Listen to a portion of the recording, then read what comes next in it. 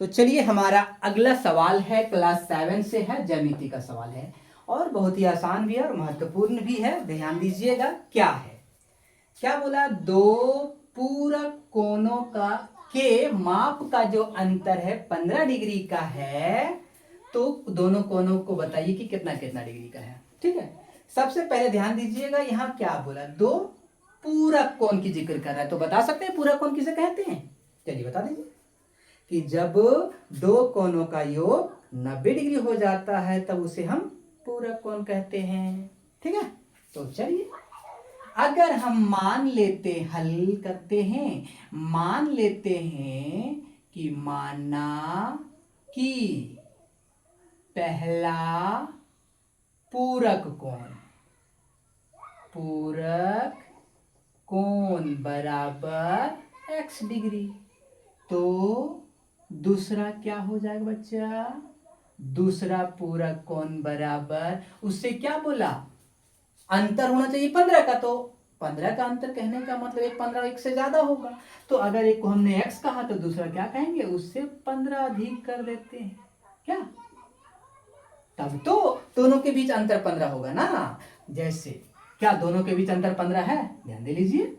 कि x + 15 है और इसमें अंतर कर दे रहे हैं ना,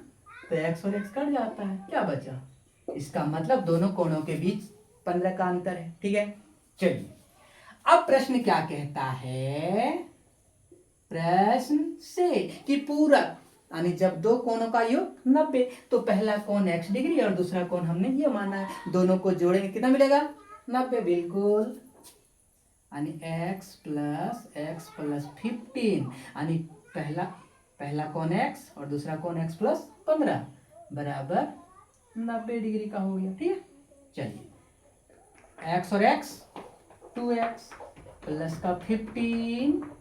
इक्वल 90 डिग्री। ध्यान दीजिए कि 2x इक्वल 90,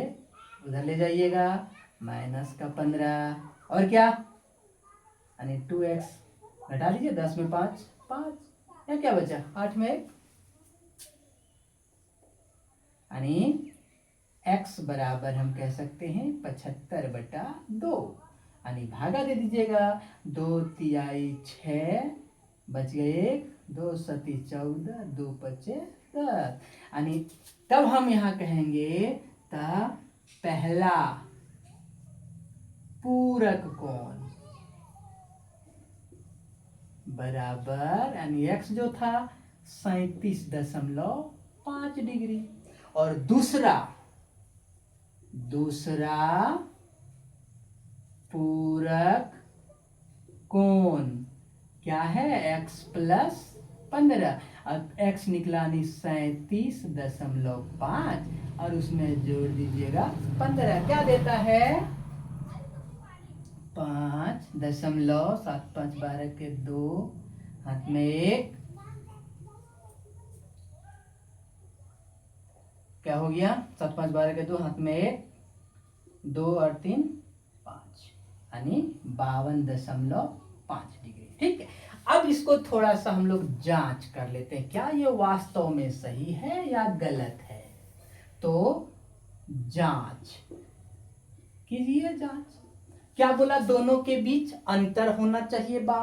कितना का 15 डिग्री का, तो देखिए एक है आपका 52.5, अंतर माइनस कर देते हैं कितना 37.5, घटा दीजिए, 5 में 5 घट गया 0, 12 में 5, 12 में 7 5, 4 में 3 1, तो क्या दोनों कोणों के बीच का अंतर 15 हुआ, हो गया। तो इसी प्रकार से आपका पहला कह सकते हैं कि पहला जो पूरा कोण होगा वो 37.5 डिग्री का होगा और दूसरा 52.5 डिग्री का होगा। ठीक है, चलिए।